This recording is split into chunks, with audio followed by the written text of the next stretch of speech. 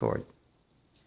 Hi guys. I know that maybe you've seen the GoFundMe thing posted on my page, and I just wanted to explain from the horse's mouth, or in this case, the jackass's mouth, what that was about. So, I've actually been working on this for a couple of days, but my phones, picture in here, which several were generously donated to me.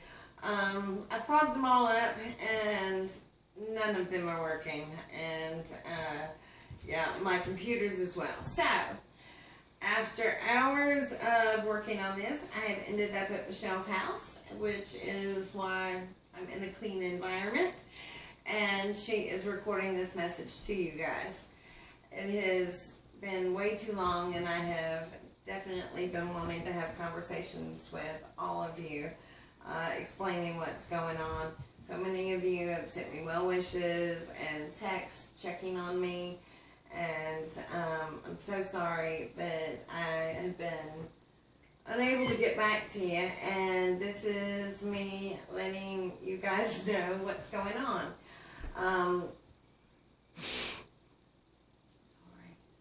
Lose it sometimes. I lose my train of thought.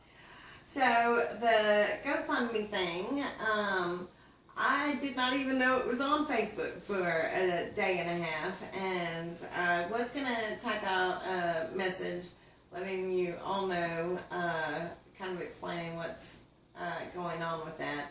However, most of y'all have ADD like me, and would only pay attention to half of my War and Peace novel that I would write. Like I said, I wanted to do something kind of face-to-face to you guys.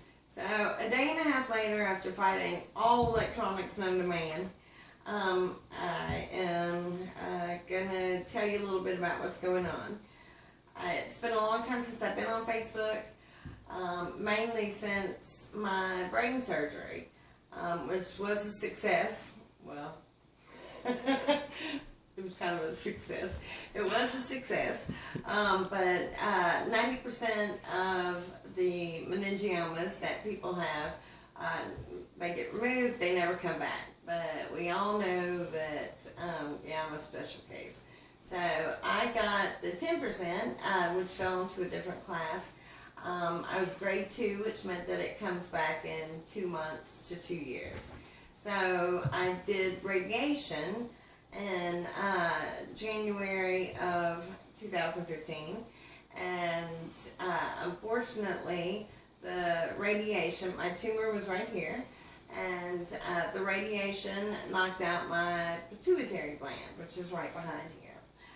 You've got a thyroid side and an adrenal side, and it knocked out my adrenal side, and I no longer make adrenaline, which is what makes your body do everything. So from January to June or July, I just thought I was tired from the radiation, and turns out that's not so. I ended up at a endocrinologist and found out that I no longer make adrenaline, and since then I have been taking adrenaline. So I just pick up my bodily functions at CVS now. Adrenaline does make everything in your body go. And as a matter of fact, if I were even in a minor car accident, a lot of people with adrenaline failure or insufficiency end up dying from minor car accidents, because just like when somebody's adrenaline kicks in an argument or a fight or in an accident, mine kicks in as well. It just uses up everything that I have taken myself to compensate for. So every 8 hours I need to take adrenaline. I now wear a very beautiful Metal Alert bracelet to let people know that I need to have that. But unfortunately it makes me very tired, and I sleep anywhere from, I don't know, 10 hours to 72 hours straight. My headaches continue, which actually serve me now. Every 3.5 hours, my headache medicines wear off. I'm up and I am awake for the 8 hours to take my adrenaline. And I've got my girls up here in Madison, which I am ever so grateful for, to stay on top of me, check in on me, and make sure that I have taken it. So, with me being extremely tired, we've been working very hard on trying to adjust my adrenaline levels because I continue to be very tired and unable to do essentially anything. So, adrenaline failure is kind of like the Jelly of the Month Club, or a sexually transmitted disease, and it's the gift that just keeps on giving and affects every system in your body. I stay in infection, and I actually had a couple of major procedures in January. Benchmark of healing was 2 weeks, and I reached my benchmark at 4 months. So, guys, you know how important you are to me. Laura Risk will even track me down to South Africa. She hadn't heard from me on particular days that I always call. And I've missed birthdays and important moments and just plain getting on Facebook to connect with you guys and sharing your lives. And please know how devastating that is to me. It truly is. After having the brain surgery, I know how precious moments are and how precious you guys are. And I really hate that. Anyway, I am now on narcolepsy medicine, and which I fall asleep waiting for it to kick in, as well as back on my ADD medicine because I was cleared for my heart soon after my brain surgery. And it's only been in the last 2 months where we doubled my narcolepsy medicine and quadrupled my ADD medicine, which is just straight amphetamines, that I have had any consistent days of being up for more than 6 hours at a time. And for every 6-hour day that I participate in, I am out for a couple of days to pay for that. So again, please forgive me if I haven't gotten back to you. I want to. I'm thinking of you so much. I certainly didn't expect for this to go on this long. Thought brain surgery and we would be over it. And that happens not to be the case. Again, the pituitary gland affects everything, and I have had additional problems in absolutely every system. We actually thought for a couple of weeks that I had bone marrow cancer, and my hematologist, because my blood work has been just absolutely all over the place, but my hematologist found my case to be so interesting because I never present or am typical for symptoms or anything that I'm supposed to have, that he convened his own board of brain and cancer doctors just to go over my case. My brain surgeon said that he had never seen such swelling in comparison to the size of meningioma that I had, which was about a quarter wide, or I'm sorry, a $50 wide by a quarter deep. I still get checked for brain tumors, which I am more likely to have, but there's nothing there, which I find extremely funny. They check my brain and there's nothing there.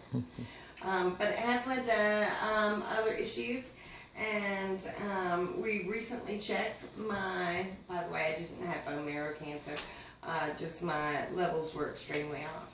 As a matter of fact, I was 1 point away from diabetes my AKC level, A1C level, was off, and we just randomly did a CT scan to check my adrenal glands down here, which you have above your kidneys.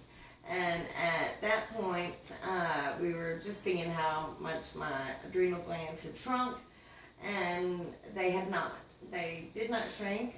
One is normal size, the other one has a thickening of the walls and has some tumors off of it. But we've back-burnered that, which my back burner is absolutely full. But we back-burnered that. But in the meantime, they also noticed that I had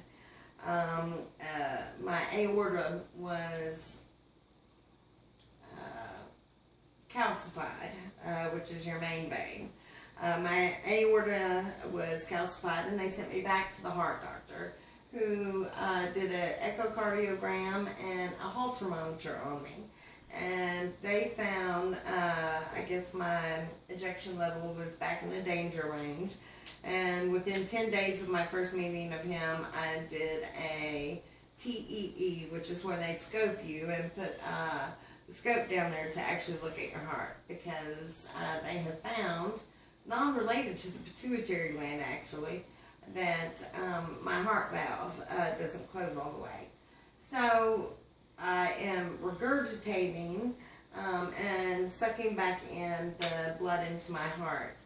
And I will heretofore refer to that as my mud flap.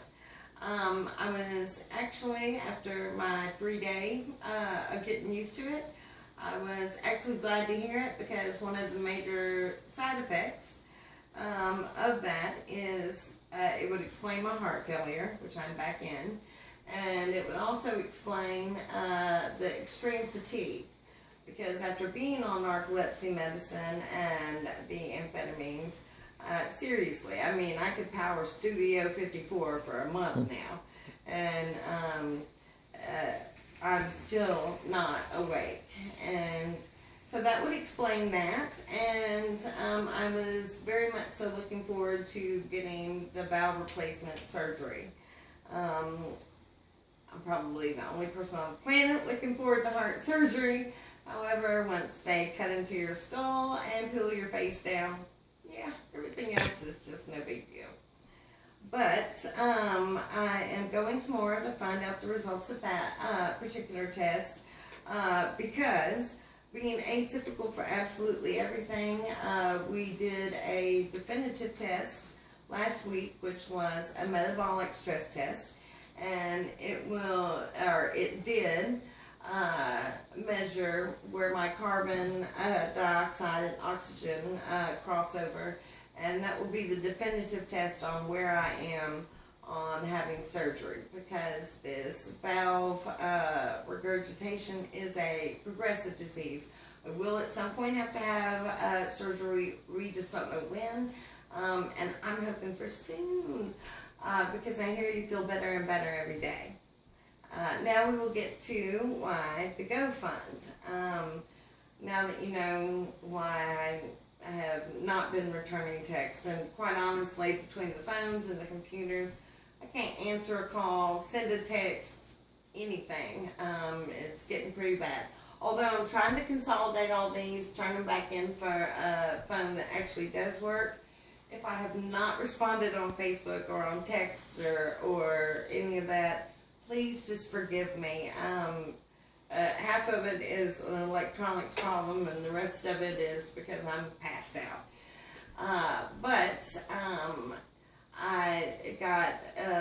I never expected this to go on this long, and for 2015, I received a good deal of support from family and friends, and at the beginning of 2016, everybody, it's hard times everywhere, and especially for a long-term illness, people just can't, it's hard to take on additional burden. As a matter of fact, at the end of this, I'll be giving out my social security number so that many of you can claim me on your taxes, as you well should. But it's, I found myself at the beginning of 2016 unable to afford any of my expenses, which included a $600 a month medical or prescription bill. I've been extremely fortunate.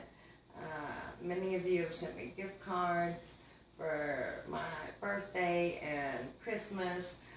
My girls, many of you know the Six Pack Plus Me, which we all graduated from high school together, and they've remained a tight group, and they're the reason I stayed at Madison. It's the highest concentration of the most wonderful people that you could ever assemble. But I